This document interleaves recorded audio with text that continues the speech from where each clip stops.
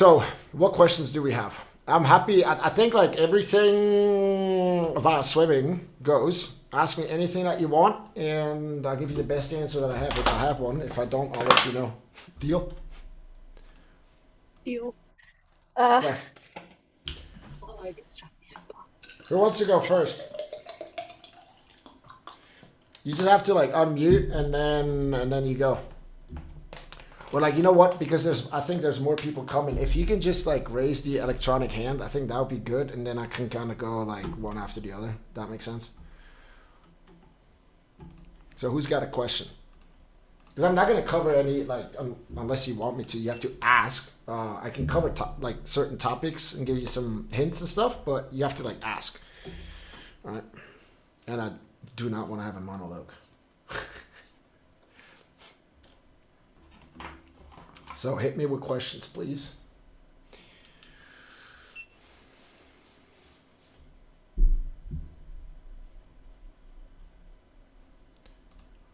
No questions. What? Well, Dylan, go. So, how to optimize phone usage? Who? What are you looking Like, to do? uh, I'm much on Instagram, and honestly, I want to reduce my screen time, but I just don't like really do it. I'm not logged in enough to do it. I don't know how, and so when I'm on an Instagram, like maybe um 45 minutes a day, I want like half an hour to be about swimming. How can I like do it? Okay. So, tell me why you want to do that. Why do you want to reduce Instagram usage? Because it's not good for my mentality. Like I get lazy, I don't do things, and when I like don't do things like do them directly, like homework, I just forget, and then I it is will be an issue like with swimming and a big issue too. Right. Okay. So, couple options, right? Do you watch like when you're on Instagram? Do you go on Instagram and you're like just kind of doom scrolling and that's it? And yeah, is that it? Yeah, yeah. All right. Then is it an easy one? Okay. So what you do is that's how I do it, man. When I sit on the toilet sometimes, you know what? With kids, it's like the only time. It's like okay, I lock myself in the toilet and I get like 10 minutes or so because I also don't hate it. I'm gonna be real with you. Because it is very, I mean, there's some good content on there. Also, a lot of rubbish. So, first thing, if you want the algorithm to be about swimming, like the swimming videos and maybe even comment on some of the swimming videos. And then the algorithm will very quickly know that you want to see like swimming stuff and it will give you more like that. Okay. Or if you see, for me, Kobe Bryant comes up all the time because I think like his book, The Mamba Mentality, I read it like 3 times. I love what he's saying. And it applies to swimming one to one, what he's saying. And so I get a lot of Kobe stuff. And so the algorithm will, but if I started liking like Michael Jordan stuff, then that will come, right? So if you like and comment, you kind of train the algorithm to feed you good stuff. And then the other thing is, dude, you just set a timer. You like sit down or lay down or whatever, you set a timer, like a timer, you put it to 30 minutes and then you scroll as you know you do what you want to do and when the timer goes off you're done,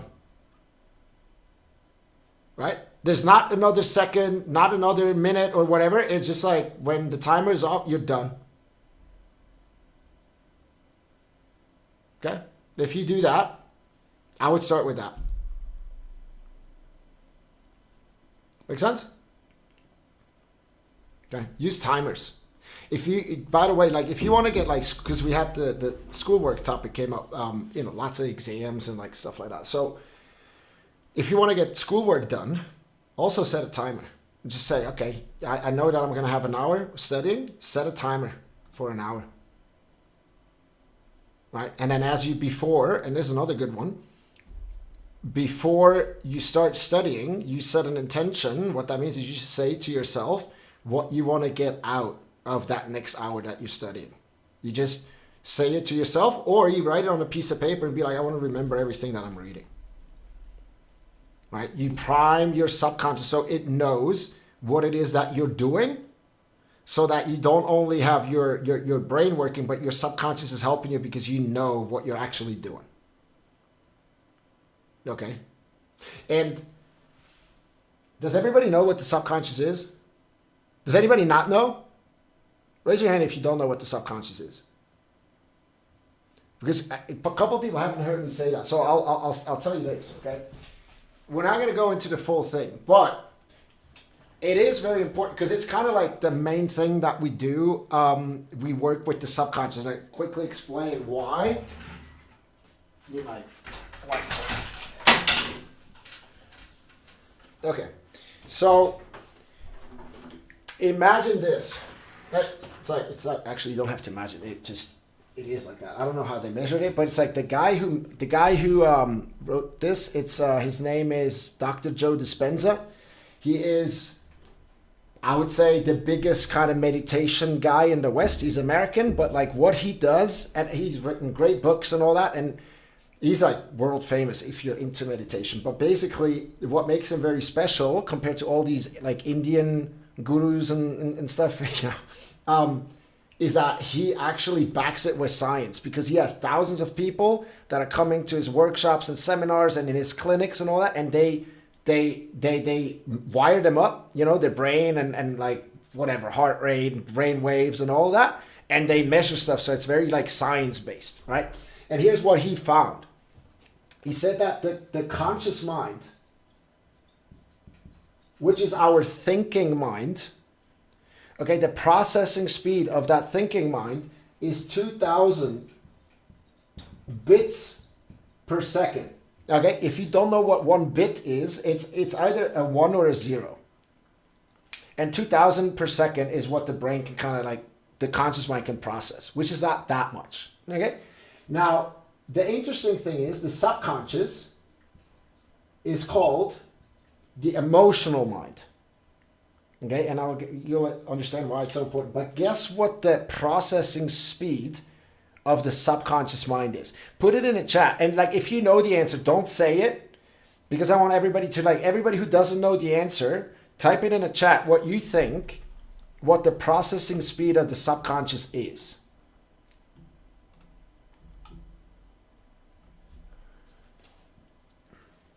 Put like a number. So the conscious is 2,000, right? So it's going to be more, but the question is how much more? And I want everybody who doesn't know it to put a number in there. Like, make a guess. You're going to be wrong most likely, but like, make the guess. If you know it, don't say anything. 10,000, 15,000, 200,000, 16,000, 10,000. I think like, okay. So I'll tell you what it is. It is not 400,000. It is not 400 million. It is 400 billion bits per second. 400 billion. Okay? But it makes sense because when you look at what the functions of the subconscious mind are, we got about 50 trillion cells in our body. And you don't have to think a damn thing about all these cells getting the right nutrients, your digestion, your organs, all of that. Your hair grows, right? You don't have to think about any of that, and it works for you in the background. So we got the thinking mind at 2,000, and we got the subconscious at 400 billion bits per second, right? You see the zeros. And now you understand why this is the big topic of mental training, is because when you think, I want to go here, but your subconscious is programmed in a different way and is pulling that way, then who's going to win every single time? It's always the subconscious, because you got like an ant pulling that way and a herd of elephants and blue whales and, orcas pulling that way. That's literally what this is. And that's why we want to reprogram the subconscious mind, which is very easy to reprogram. The number one mechanism that we use in Swimpros is visualization.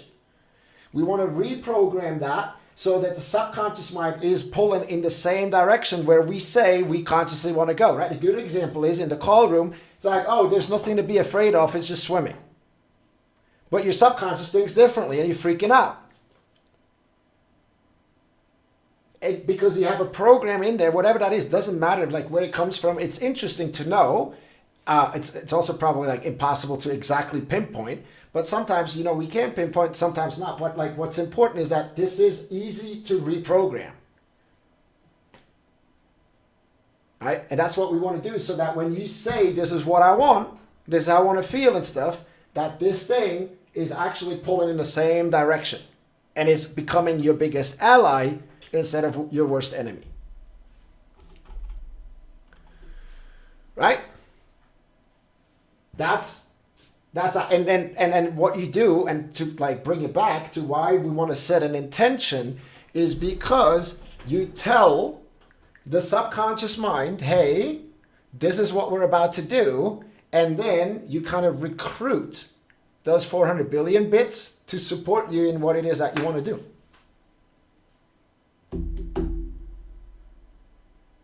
Right? And you will get more out of whatever you're doing when you instruct the subconscious. Okay? Like how I use this, like for example, before the performance training, in an hour earlier, right, which is with mostly the swimmers, I set an intention to help you. What did I say exactly? To help everyone on the call and people watching the recording lock in for the next month. And also I said to solve any problems that we have. And that's all. I just say that, like, literally takes 5 seconds to like say it. Sometimes I've read it out, but usually I just say it because I've been doing it like a million times. And then that my subconscious knows, and I can just be present, and then the right kind of ideas on how to solve a specific problem, or like the tonality and like how, you know, how much I'm pushing, how much I'm like challenging you, how much I'm motivating you and stuff, that will automatically come. Is it perfect? No, but it's going to be as good as I can do in that moment. Does that make sense? So we want to work with setting intentions, if that makes sense. A lot. Okay? If the visualization isn't so as good as you want it to be, set an intention today. When I visualize my 200 free, I'm going to see so many details. I'm going to see so many colors. I'm going to smell the chlorine, and I'm going to just feel that passionate state. And then you start the visualization, you'll be more likely to get that outcome. It's as simple as that. Okay, does that make sense? Cool. That was a long answer, I guess, but... Okay, what else? Oliver. I have a question about the training camps you are doing, right? Yeah. Mm-hmm. I would like to join one that you are doing through the summer. Yes. Yeah. I just want to find out it's like not a scam or something, because you are doing different things and everything. In the internet, there are a lot of things on that, right? So, Right. yes. But so that exists, all right. Well, I don't know, dude. Maybe you're talking to AI. I don't know. Yeah. You are on the scammer, right?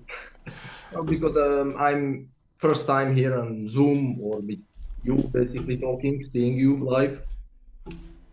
But I have another. Oh,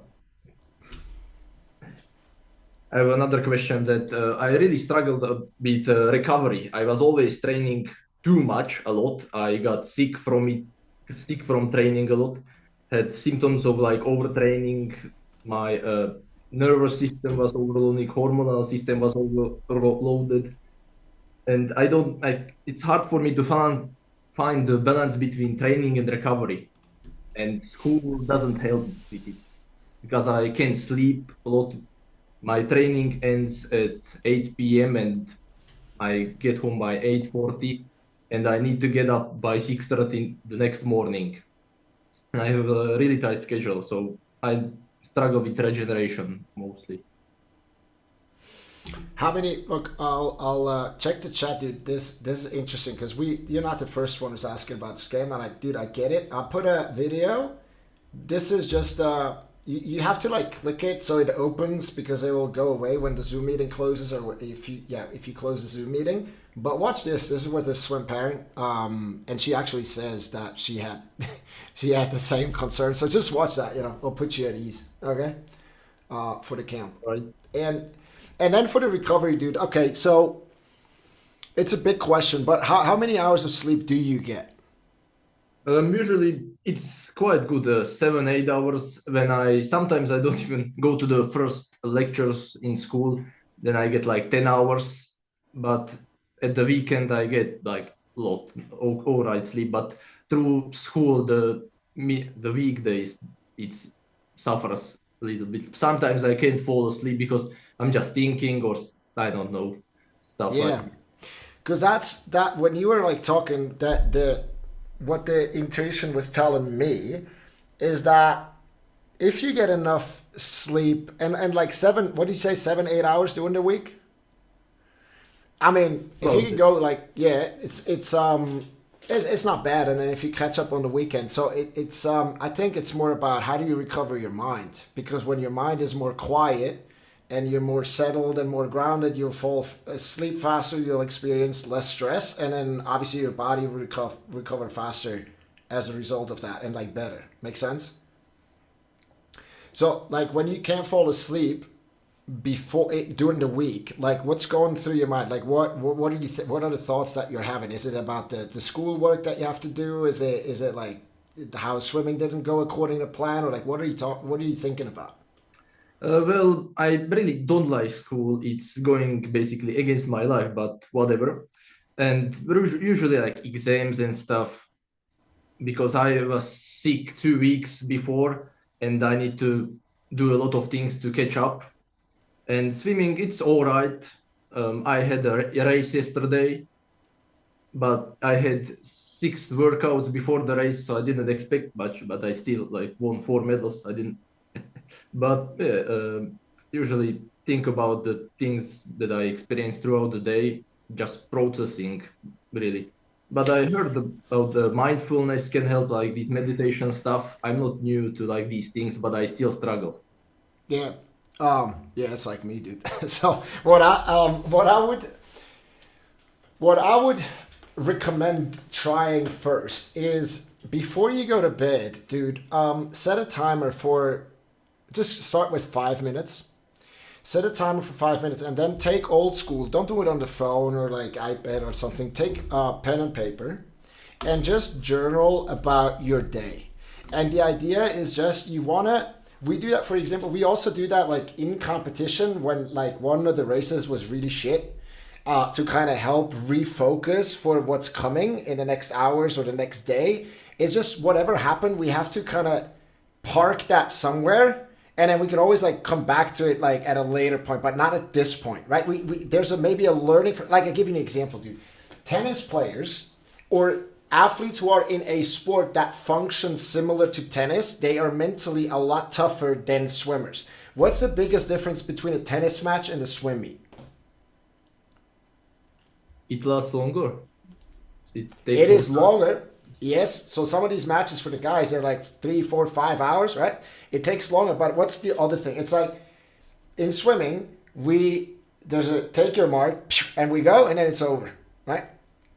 In tennis, they play the sets. They play a long game. So, and that Roger Federer, I learned that from Roger Federer, but there's also really good talk on YouTube where I think it's a graduation, where he speaks about the actual statistics of like him only winning like 55% of all balls or whatever, but he was the world number 1 for many years in a row, right? Because in a tennis game, theoretically, you can only win 50.1% of all exchanges and you win the match, which means you're losing 49.9% of the time in the exchanges, right?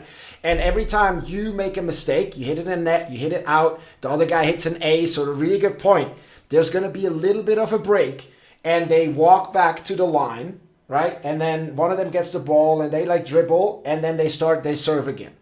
And the other guy's waiting. And in that moment, in that break, they have to learn how to refocus. No matter what happened before, they have to learn to focus and let go of what just happened. Because if they don't learn that, they're not gonna win, because things are gonna go not their way. And then if they don't learn how to refocus and look at it as it's 0-0, everything is fresh, they're going to lose the game. And they have thousands and thousands and thousands of opportunities to practice that in competition, in matches, and in training. Whereas we swimmers, we had one chance. If we blow it, the next thing we know, the whole competition is over and that's it. Right? So we get like 20 opportunities or something, maybe 40 or 50, depending, in a year. And tennis players get like thousands every week. That's why they're mentally tougher than swimmers in general, because they have that ability to, whatever happened before, to refocus. Okay, and so what we do, for example, is to help the refocus after a bad race. We journal what didn't go well, what are we pissed about, what are we sad about, like all these things. Just dump what is on your mind, dump it on a piece of paper, get it out of here and onto something external, right? So if you got tons of stuff to do and that's all in your head, write it down on the piece of paper, empty yourself and drop it on that nice friendly piece of paper as like a placeholder, and you just put it there, right?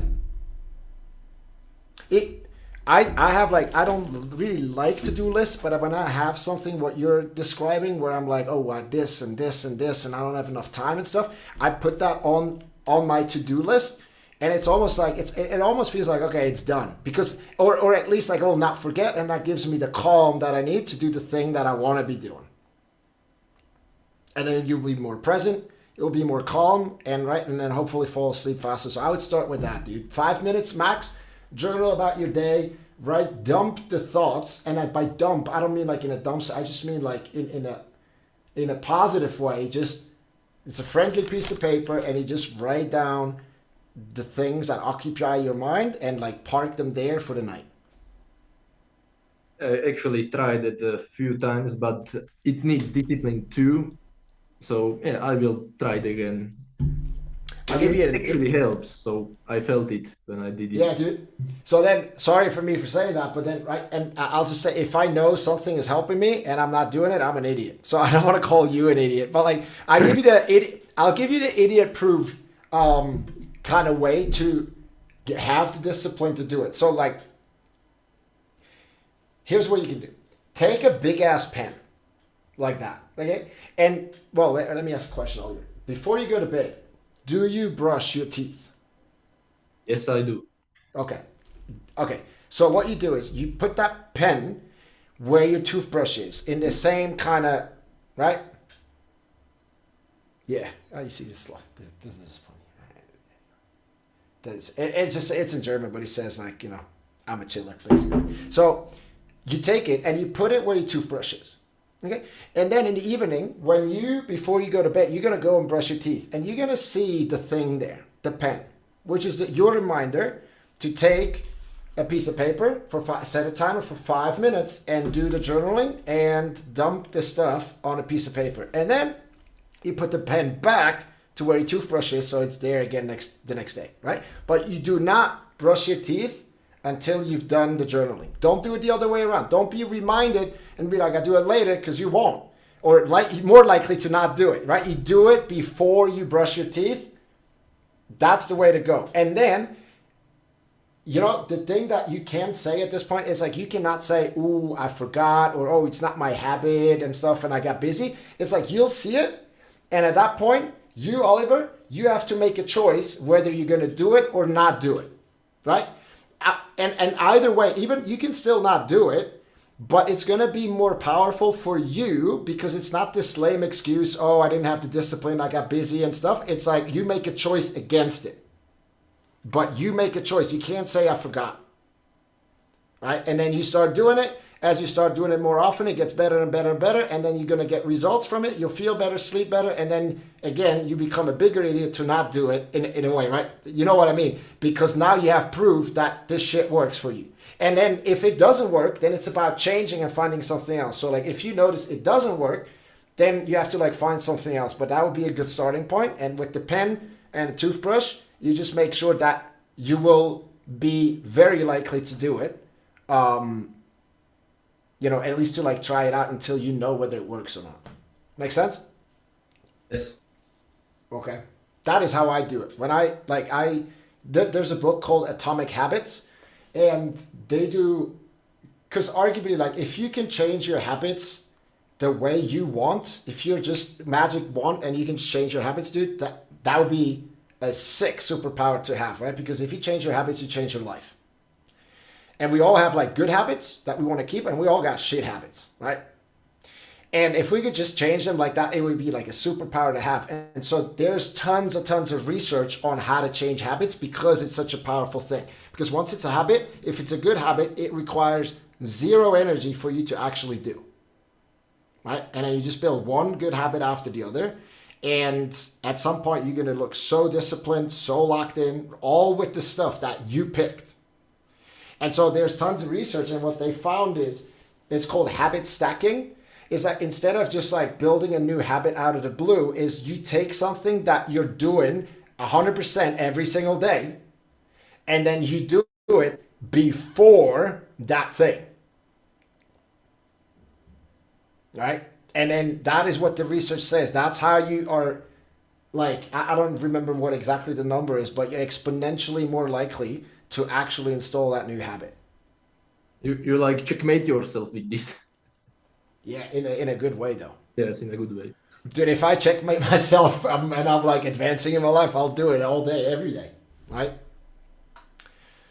So yeah, exactly. So that I would just recommend. I would start with that, dude. There's other things you could do, probably like breathing patterns and stuff. But I would start with, like, in your case, start by putting it on a piece of paper. Make sense? And like, dude, the other application of that is that when you got a shit ton of work to do at like school and projects and deadlines and things like that, and then you go to training, right? And then you're like swimming, but you're also thinking about all that stuff, which means you're gonna have less energy for the swimming. But while you're swimming, there's absolutely, like, is there anything you can do about the homework while you're swimming? Usually when I swim, I don't really think about any of the other stuff. I love swimming. I've been swimming since I was 2 months old. Then when I was like 13, I loved it even more and took it more seriously. So Yeah. it's like my safe space, my mind recovery, how they call it. You understand? Yeah. That's why, dude, that is our meditative experience, is the swimming. When we're present there, dude, that's exactly it. All right.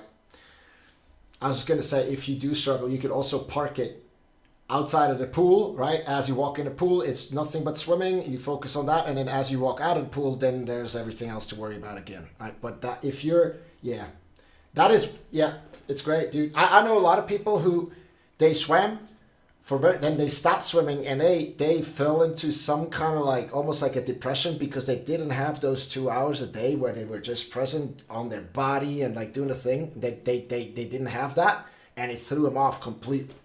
I can completely relate to that. When I'm sick and I can't train, I fall into a complete depression. Yeah. Yes. Dude, I mean, come to camp. You're the kind of guy that we want. Right? Exactly. If you say that, that's, it's a surefire thing. It's like you're passionate about swimming. Cool. All right, good question. What else do you guys have? Anybody have a question that I can't answer, maybe? I'm sure there's tons. Are there any parents David? who need some? Yeah, Amy, go for it. Sorry, I don't know how to raise my hand on this thing. I apologize. Olivia had to go to practice, but similar to Freya's question in the chat, when she has a big meet, what are some good things she can do the night before, whether it's visualizing, dynamic stretching, and also on the nutrition side? She has a really hard time sometimes figuring out nutrition kind of the night before and the day of a race. Okay. So the visualization, does she struggle with nervousness before races? Yes, definitely. Yeah, I would stay away from visualizing the night before or like on the day of the competition. Okay. If nervousness is a problem, because what happens, like where we want the swimmers to be in competition, we want them to be mentally in the present moment, where they are focused on the thing that they're doing right now. Okay, and if they do that to the best of their abilities, they will be the outcome will be the best outcome possible. Okay, is it always going to be what we want? No, but it's going to be the best possible. And if we're sitting there and we're like visualizing, then our thoughts are actually in the future and they're not in the present moment per definition, right? And then if nervousness is a thing, then that usually doesn't help. And it's a bit of a knee-jerk reaction, similar to like if I'm not prepared for an exam and I try to cram everything in like just before the competition, I'm going to be like super nervous knowing I'm not mentally prepared. Like I don't know, you know, and I just try to have to make up for it, and I know it, and it just kind of reconfirms that. But if I'm well prepared, I'll just go to the exam and take it. Right? Does that make sense? And so visualization is something that we want to do every day before going to bed, and then actually not do in competition unless you know otherwise that it is very useful for you. Okay? Does that make sense with the visualization? Okay. And then the night before, like for nutrition, it's pretty simple. I mean, what you want to do is lots of carbs, healthy carbs. Like maybe, let's say the race is on Saturday. Definitely like Thursday evening, Friday evening, you want to eat a lot of like healthy carbs. But like, if you, do you guys eat healthy at home? For the most part, we do. She has a sweet tooth, however. Yeah. Yeah. With the sweet stuff, if she needs to eat sweet stuff, give it to her like right after swim practice. Okay. That's the best time. But like, don't do the Haribo and like the gummies and stuff. I mean, only if you really, really have to. But like, if she likes muffins and, you know, with some like fruit, then that is the time, right? But like straight up sugar, I mean, chocolate is good. Chocolate is okay, right? Things with like chocolate in it. Do that right after practice because that's when the body's craving that kind of stuff. And then on the day of the competition, you want to eat about 3 hours before you race or before Olivia races. You want to be done eating. And again, mostly what she needs is just carbs. So fruits are really good because fruits are easy to digest and they're very fast to digest. You know, like toast, oatmeal. I mean, even like pasta or rice if she likes it. We used to use like pasta depending on what time the prelims would start and all that. But healthy carbs is kind of what you need in the morning. You can do a little bit of protein. I wouldn't really do meat because that takes a long time to digest. I also wouldn't do vegetables too much because also that takes a long time to digest. But fruits, healthy carbs is really, really good. And if you have a good breakfast, you don't really need to eat for like the next 3 hours.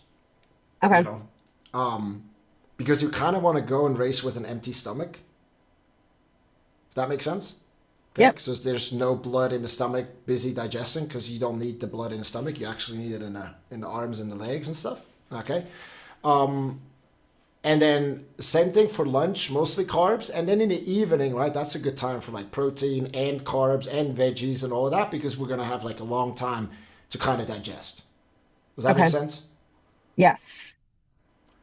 But we mostly need carbs. Like if you have like a carb drink with some electrolytes for, you know, at the competition, that's also very good. But we don't really need a lot of protein for the races. Okay, it's mostly carbs. Okay. Thank you. A bit of like carb loading. You're welcome. A bit of carb loading the evenings before, so because they're like the carbs go in the muscles, right, and they're stored in there, and so we can kind of carb load a little bit, so that the batteries are as full as possible for the race. Perfect. Cool. And then if she struggles with nervousness, like if Olivia struggles with nervousness, just have her watch the Michael Phelps breathing technique. That works like a magic trick for people who are nervous. Yeah, she said you gave that to her. She's going to try it. She has a big coming up mid-December. Cool. Okay. And the trick about the Michael Phelps is just that you use it multiple times before the competition. You just use it every time the thoughts go into overthinking, I'm intimidated, how's it gonna go, questioning, self-doubt, or like comparing or whatever, or you physically, like you actually feel nervous already or like anxious. It's the moment to like do the Michael Phelps, and then when it comes back, you do it again, and when it comes back, you do it again, and you just do that until you're standing in front of the blocks, and the girls they're still swimming there. You do it just one time, right, until you basically get up on the blocks and race. Because then what you do is every time the thoughts go and you want to like start to become tight, or you don't want, but it happens. It's like you Yeah. relax it. You relax the muscles again and the mind, and then it comes back and you relax them again, and you just keep doing that until you race. Okay. Okay. Perfect. Thank you. Yeah, you're welcome.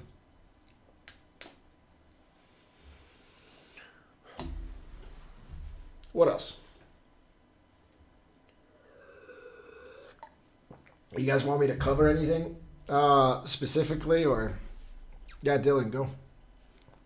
I love that you're asking so many questions, dude. I love you. Thanks.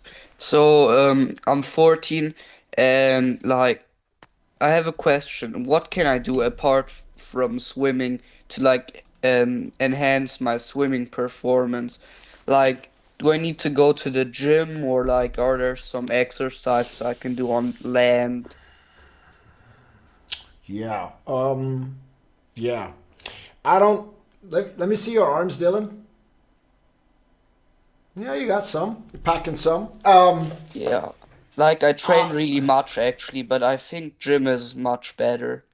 But I don't know, that's what I'm asking.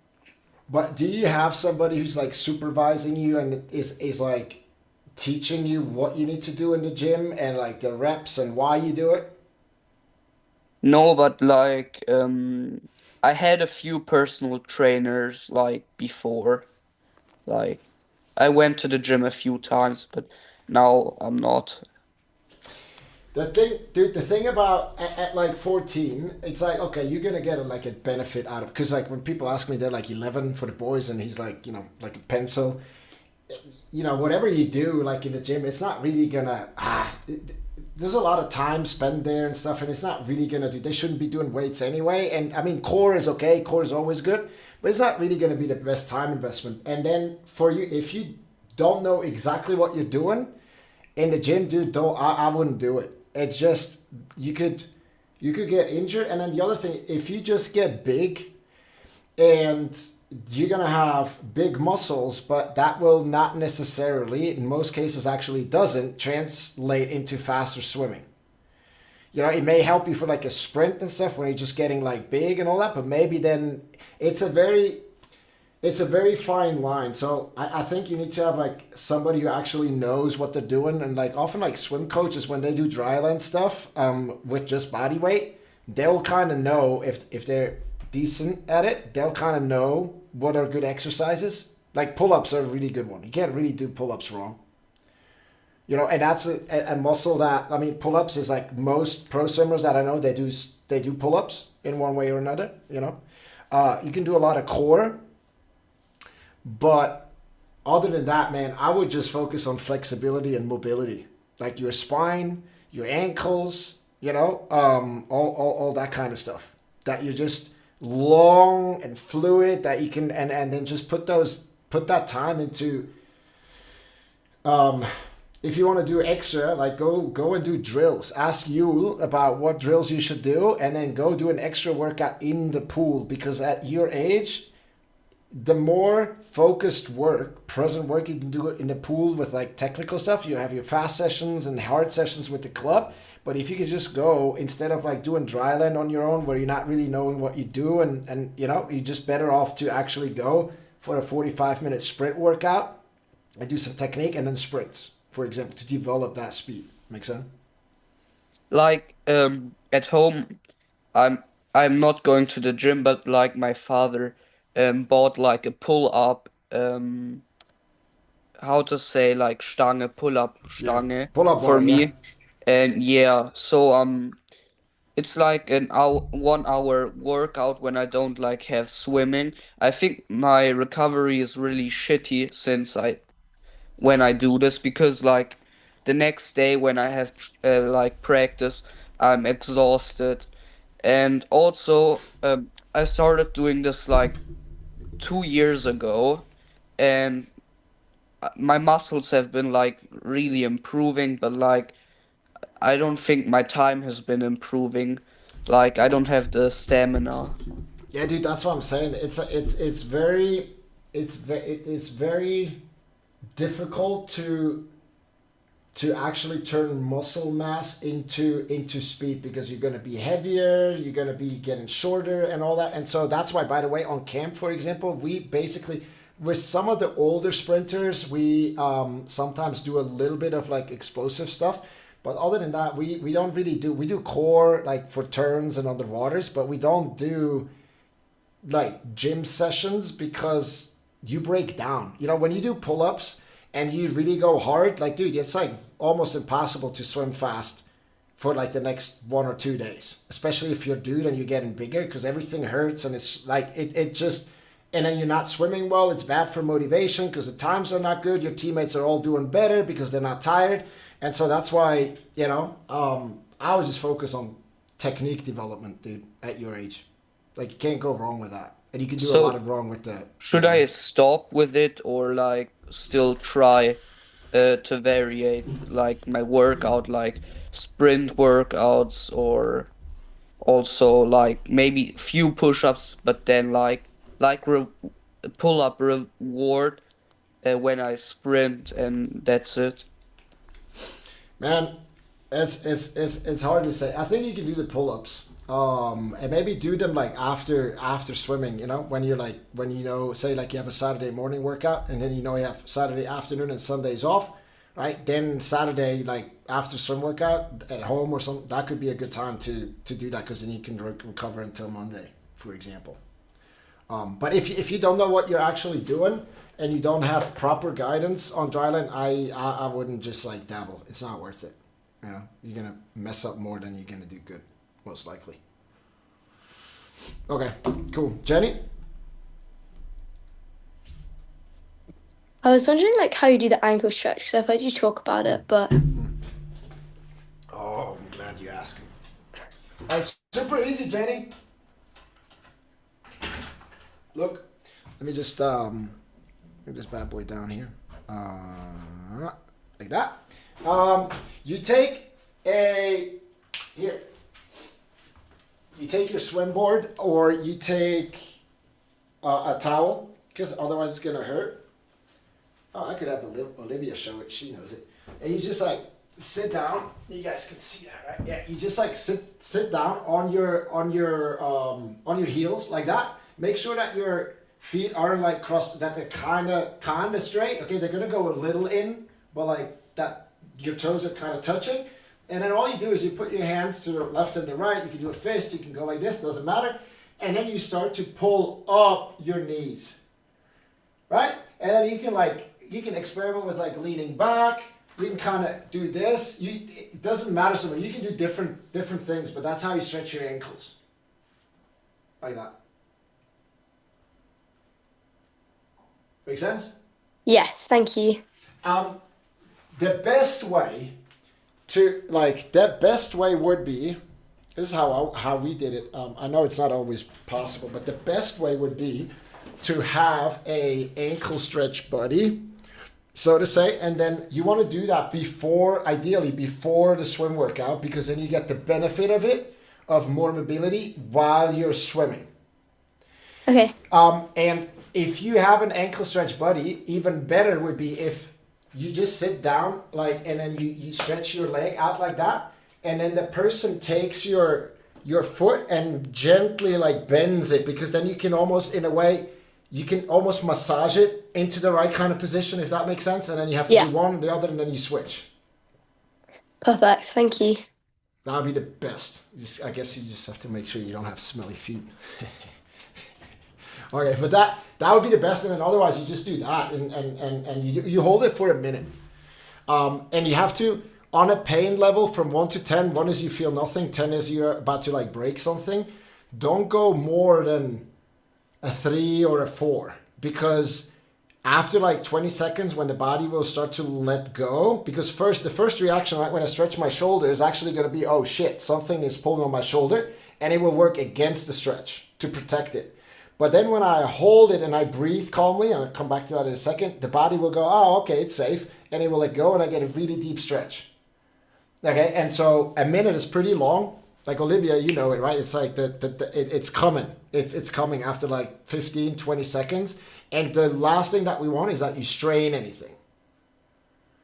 Because we're not stretching a muscle, we're stretching like the tendons and stuff, right? So we want to be very careful with it. So don't go over like a 4 in the beginning. And then once you're like comfortable with it and you've been doing it regularly, you can go to like a 5, maybe a 6. Okay. And then the breathing is that's the other tip, is like when you do that minute, to get more out of the minute is you close your eyes if you want. If you can't, that's okay too. And then you just breathe very calmly. Okay? Because the idea is, it also in the Michael Phelps, when we do the Michael Phelps breathing technique, we always start with empty lungs. And the reason is that if there was a danger, right? And remember, the brain doesn't know the difference between a real actual threat like a real lion showing up, and an emotional danger, which is I'm going to swim slow and we're going to be embarrassed. The brain doesn't know the difference. It's danger. For the brain, it's just danger. And so if there was a physical danger or an emotional, doesn't matter. But like for this, if there was a lion showing up in my room here, would I ever do this?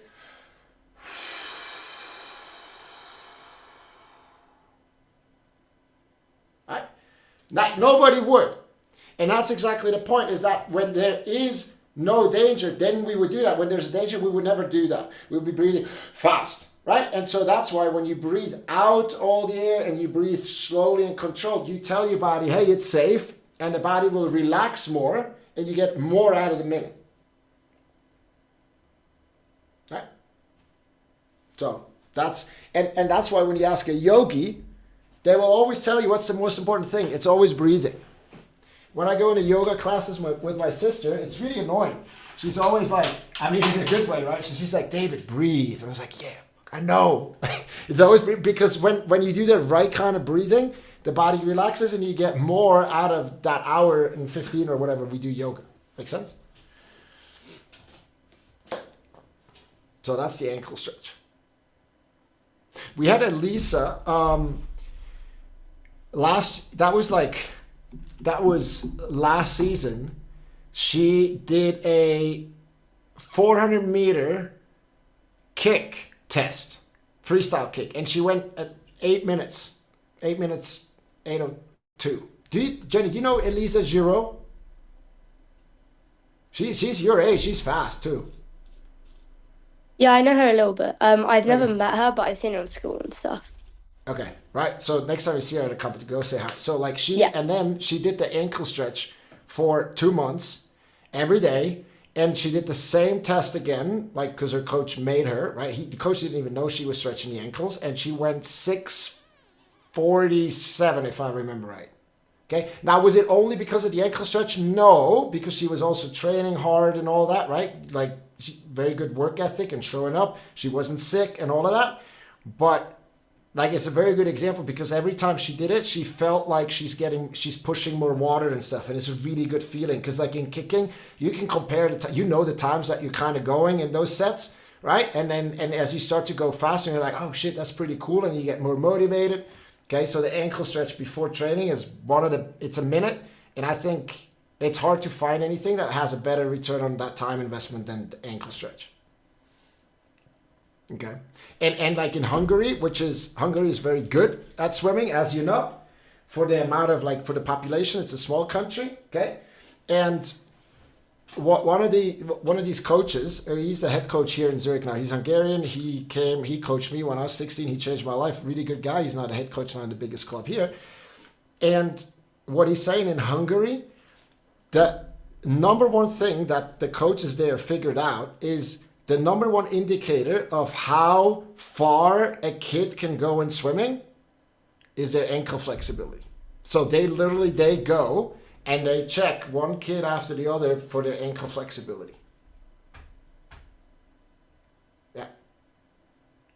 Right? And so if you already have a good ankle flexibility, work on keeping it or making it even better. And if you don't have it, you need to go and get it. Because have you ever tried swimming like this in the water? Right? You're going backwards. As soon as you flick it like that, you go forwards. And the more fluid, the more flexible that is, the more it starts to look like Gretchen Walsh, where you actually get that whip, right? You're just gonna push more water back. That's why fins are so most people love fins. I mean, they're faster because the surface is bigger. So we can't really increase the surface of the foot. But also the fins are like flexible. The rubber is flexible and pushes, and the result of that, it pushes more water too, right? And that's what we can do with the ankle stretch, is to make them more, instead of like kicking like that, we're going to kick like this. Okay, so unless you swim only breaststroke, which is, rare, somebody only swims breaststroke. So pretty much for everybody, I recommend the ankle stretch. Okay. And you guys at your age, you can have a pretty good time. It's going to be quite fast, If I was to start stretching my ankles now, I think it would, I know it would be slower than for you guys. Yeah. Cool. I love the questions. Very good questions. Oliver, back to you. Did you? Dude, what is your background? Why is it so yellowish? I have no idea. It's the camera. So, Okay. Yeah. It's like a camera from the 80s. All right. no, did you ever consider doing freediving to improve your swimming? No, I haven't. No? It's like I tried it. I haven't, no. I have no, I don't think I would enjoy it very much. Why? But that's just, I don't know, dude. It's like you hold your breath, right? Yes. Yeah, I don't really like doing that. But that's just me. It's just personal. You don't Do you like know the- any? You don't Do you like know anybody? I tried it. Well, I tried it as a sport when I was in Croatia with my family. Then when I came back home to Slovakia, we found a guy, and it's quite interesting. It's freediving is really on the mental side to keep your head under the water. We do a thing static when you are in the water face down and you hold your breath. I've held it for 3 minutes and 24 seconds. Jesus. And that's the thing. That's not impressive. There were like grandmas that were doing 4 minutes. And the instructor, the first time when he did like 6 minutes. It's really in the head and how can you relax your body. But in swimming, it's too about keeping your head down after the turns in training too. And if you remember, when you do hypoxia, it's really how you feel. If you're having a good day, the hypoxia will be good. So yes, basically freediving, it's like just doing hypox training in swimming. Yeah. I mean, I'm not saying that you're wrong and stuff. I'm just saying, like, if you can hold your, like, if you look at Leon Marchand, I don't know if he can hold his breath. If you don't give him any instruction, it's just, okay, put your head down and hold your breath. I don't know how long he can go, but I would assume he's definitely not 6 minutes. I don't think he could even go, like, without instructions. I don't think he'd go 3 minutes, but I'm just guessing here. But he is very, very good at underwaters, and he does a 10, 12 meter in a 400 IM on the last turn, right? So, like, for me, it's always like, if you want to get good at something, then do the thing, right? So, and do the thing that is closest to that. So if you want to get better at underwaters, like, you holding your breath for like 4 or 5 minutes isn't necessarily going to help, but if you do it in every training, that is going to help. You know what I mean? If you want to be better at breaststroke, swim breaststroke. If you want to be good at coaching, coach. It's like, it's pretty simple. So I would just practice it and like work on the mental game that you have or don't have to stay longer underwater in every single training, because that is the challenge that you have in the competition, right? But if you can do it in training and you do it all the time, then it will be there in competition too. Yes, and another interesting thing, maybe you don't know, there are stretchers that you can stretch the muscles around your lungs, and then you can take bigger breaths and then you can last longer. And I think that's like a great thing for swimming that you can do. I mean, it's hard. It drains you mentally, because you know what am I talking about? The stretches. I'm not sure, dude. I'm not sure. It sounds dangerous, dude. So I did not recommend that, eh? I did not make... Holding. But do you know anybody, Oliver, do you know anybody that, like, do you know a world-class swimmer that uses that? I have no idea what world-class swimmers do. Every podcast that Phelps is on, it's always what's beyond the swimmer. You know, it's that's the hard part of swimming, that I have no idea. I have to search for everything. I'm quite alone, and in Slovakia, swimming isn't a big sport, really. The club that I'm in, we have one coach, and basically the pool. I don't want to talk about the pool; it sucks. The block that we jump off is basically just a concrete block, nothing special. I slipped many times on that. My back leg doesn't work. I can just start with the front leg. So I make a lot of mistakes, and that's the thing that's really holding me back. So I have no idea what the best are doing.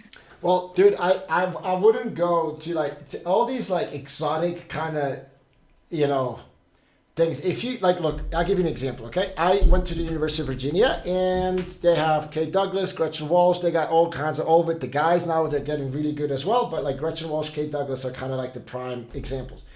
And I donate some money to the university because it's an American thing. You kind of do that as an alumni. And what we get is we get Zoom calls with them where the coach or even like Gretchen Walsh, they like explain what they do, or even like sometimes they're live and they're showing it.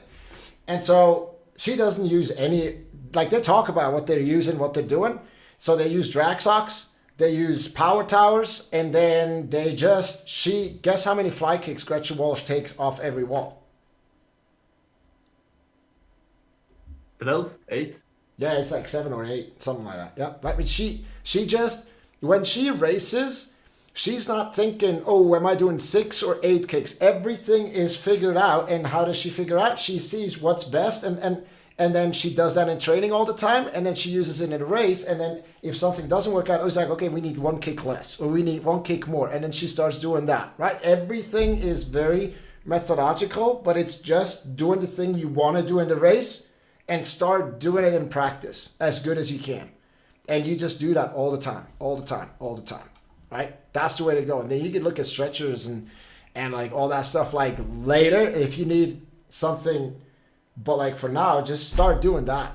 You know, just stay underwater, dude. That'll develop your lungs. Stay with the basics, right? Yeah, dude. It's like in boxing, I could do like this super crazy combo and all that, but like when you look what really works, it's like, okay, the jab works, it's the jab cross that works. It's like, you know, it's just doing the thing that you're gonna be using in the race, and just do that, right? And once you have exhausted that and you're absolutely crazy in training that, and then you can look at, okay, is there something else that I can do? It's the same with nutrition. Like, yeah, there's creatine. And you can make a case, okay, that could be good and stuff, but like if you're eating McDonald's like 5 times a week, like you don't need to look at creatine. It doesn't make any sense, right? Just get the basics down first. Once you got that figured out, then there's like these tiny little, you know, you talk to a nutritionist, somebody who actually knows how much, and then you can start to do that and optimize, yeah, like another 0.5%. But like if you're losing 30%, right, work on the 30 first. Right, and just do that, like, and it becomes like really simple in a way. And this has something to do with the 80-20% rule, right? Yeah. I struggle with, and I don't know why, but every coach, not just in swimming, I did some other sports, but even the dentist said that I'm really stiff. I've been working on the dentist. Yes. I've been working on quite a bit, but I couldn't swim more than 200 meters of freestyle because my shoulders would just give out. Now I can swim more than 200 meters. It's been quite some time, but I in stretching did mistakes too a lot. I don't know. I just had 3 positions and I did each position for like 10 minutes, but the intensity wasn't there. On freediving, it helped me a lot to get loose. That's a good thing. Yeah, dude. I mean, hey, if it works for you, I'm not saying like don't do it. I'm just saying there's probably things that are low-hanging fruits that you can just start doing in training. You know, yes, guys, I gotta bounce because I have some little coaching sessions now. I hope that was useful. So it's gonna be the same. Right, it's going to be the same every week. We're going to be here. I'll put if you're not in the school group yet, come. It's pretty cool. And we're just about to make it a lot cooler. Just school.com/mindgympro. It's free. Come in there and then I'll explain everything in there if you're not there. And yeah. That's it. If you got any questions, just message me privately, okay? Next week, same time. And have a wonderful week. Thanks for the questions. Sorry I got to be so abrupt, but coaching is called. Ciao, ciao. Bye. Thank you.